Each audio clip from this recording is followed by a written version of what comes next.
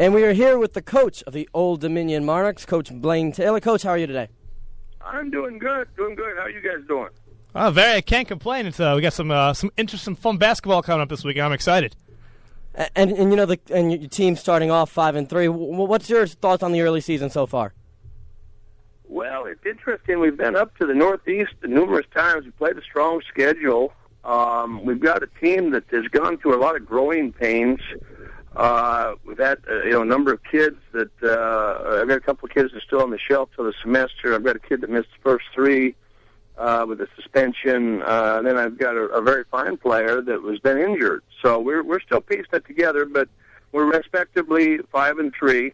Of course, we were up in Boston last weekend. Then we're up in Mohegan Sun with the Hall of Fame exempt event prior to that, and then of course coming to the Hall. So we're getting a whole bunch of Hall of Fame stuff. Which we toured the Hall of Fame in 2005 when we played in the NCAA tournament. We were up in Worcester.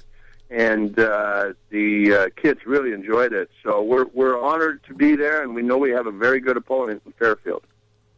Well, Coach, last year you had an extremely successful team. You guys made it all the way to the NCAA tournament, and you guys lost a heartbreaker to Butler. I watched that whole game, and I thought you guys were going to pull it off the whole time. It was a great game, but you lose a lot of players from last year's team. What's the main difference between last year's team and this year's team besides the experience factor? Well, you hit it on the head. I mean, when the experience walks out the door, you're just less experienced. And then some of the talents and virtues of the group, we were awfully good defensively. We're not as good this year as we were, at least at this point. We led the nation in rebounding last year, and we've struggled in the rebounding department. And then just, being as consistent as you would want to be. So, we're still in our formative stages. We're going to get a lot better. One of the things I think that everybody in college basketball is enduring right now is school is a real high priority. This is the week before finals at our campus, and it's probably a harder week than finals week if you really want to be honest with the demands. Yeah, absolutely. So teams are forming and growing. I know Fairfield's played a very strong schedule. Their Arizona State team win, kind of got my attention the most, but.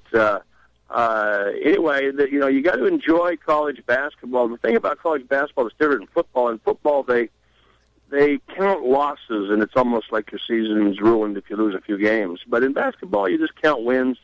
You're going to play, here, there, and everywhere. And if you get beat, you shake the other guy's hand, and you know that there's a long season ahead, and a lot of good things are going to happen. What would you say is the biggest strength for this team right now, in the 9th game of the season? It's a good question, and the fact that I can't really answer it kind of tells you where we're at. We're still trying to find our identity. I mean, I'd just be kind of, coming up with something. I think that the thing we've done well, I guess, is just persevere.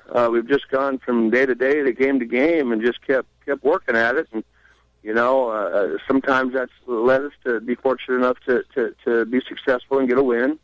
So that's probably the best thing we've done is just kind of, in a prideful way, based on our program's history, know we got to work at it, know the times are going to get better if we do.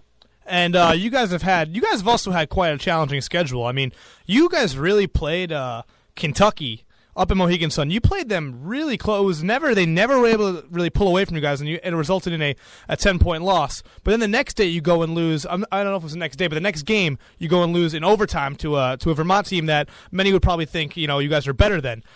Is that kind of like the dynamic with this team? Is there a little bit of inconsistency going? Is that youth? Is that inexperience? Or is that kind of just something that you guys are trying to stray away from? Yeah, I think that everybody around the country has been inconsistent. I think the exempt events, a lot of games in tight proximity, a lot of games with travel involved, a lot of games with short preparation, and I think that people are more vulnerable. And, Vermont beat us fair and square, but it was overtime. We had our chances, but that was a part of that tournament. And, I think what you're guilty of is when you have a pretty good performance. We beat South Florida in overtime, and then we played Kentucky. Probably should have been ahead at half. We're a 1-point game with about 7 minutes to go. But we got beat 10, and I kind of kept telling the guys, hey, don't let everybody, pat you on the fanny too good. We got beat. but we kind of limped back home, and the Vermont game was just a couple of days later, and they beat us. And if I look at our whole schedule, fellas, Ivy and John, there's a couple of deals that I would say, wow, winning at Northeastern in our conference opener was probably the high point. And, of course, coming home and losing that Vermont game was probably the low point. A couple more, Coach. Of course, last year in the NCAA tournament, VCU really kind of put your conference on the map. Does that help? Does that help your team as far as going into the future, knowing that the CAA is now on the map? Yeah, we've had the winningest program in the state of Virginia the last 6 or 7 years, and our league has had the 3 winningest programs in the state, and that includes some awfully good schools: Virginia Tech, Virginia, Richmond. So we've been good for a number of years, but in that time, I guess you get a lot of notoriety. George Mason and VCU both advanced to the Final Four. Now, during that same time frame, we've been in the NCAA tournament as much or more than anybody. Mm-hmm. Beat Notre Dame a couple of years ago in the first round. I remember that. That was a great game.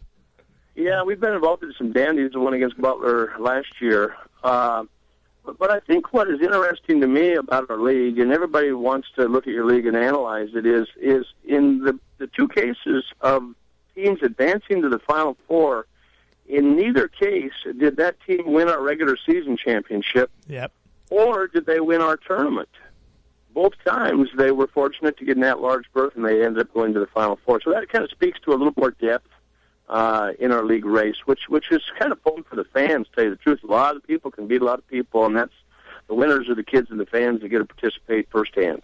And finally, what can we as Fairfield, what can we expect from Old Dominion for people that don't know really much about Old Dominion? Well, I'd like to think that we're classy. We compete real hard, but we compete clean. We've had a lot of success over the years. We're bringing in probably a more vulnerable team than we've had.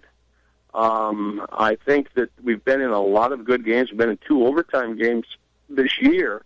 And so a lot of times, it kind of breaks out to where people better not run to the concession stand too often because it might be a pretty good game.